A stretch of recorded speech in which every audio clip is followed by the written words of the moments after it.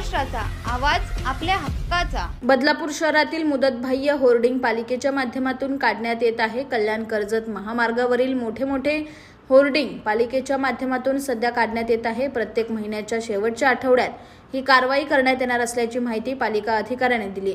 बदलापूर पालिका हद्दीतील अनधिकृत दुकानं आणि फेरीवाल्यांवर काही दिवसांपासून कारवाई सुरू आहे। आता पालिका हद्दीतील मुदतबाह्य होर्डिंग सुद्धा पालिकेच्या माध्यमातून काढण्यात येत आहेत। बदलापूर शहरात 10 ते 12 मुदतबाह्य मोठमोठे होर्डिंग आहेत। शहरातील फेरीवाल्यांवर कारवाई झाल्यानंतर आता अनधिकृत होर्डिंग पालिका उतरवत आहे। मागील काही दिवसापासून या अनधिकृत होर्डिंगवर जाहिरातबाजी केल्याने पालिकेला भुर्दंड बसत होता। मात्र आता हे होर्डिंग सुद्धा काढण्यात येत असल्याने अनधिकृतपणे बॅनरबाजी करणाऱ्यांना चाप बसणार आहे। पालिकेचे मुख्याधिकारी मारुती गायकवाड यांच्या मार्गदर्शनाखाली ही कारवाई सुरू आहे। पुढील 2 ते 3 महिने ही कारवाई सुरू राहणार आहे।